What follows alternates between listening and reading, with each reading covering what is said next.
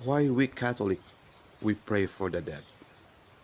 It was in the book of 2 Maccabees chapter 12 verses 41 hanggang pataas. Si Maccabeo po ay naniniwala that there is life after death. That's why he prayed for the dead.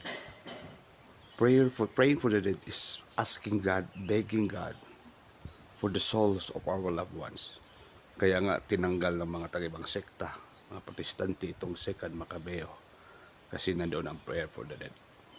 Prayer for the dead is different from consulting to the dead. Tayo po nagdasal kay Lord, hindi sa patay. Hindi tayo nagmamakaawa sa mga patay, kundi kay Jesus tayo nagdasal para yung kahabagan at kawaan ng ating Panginoong Hesukristo ay mag-extend kahit sa mga loved ones natin na wala na dito sa lupa.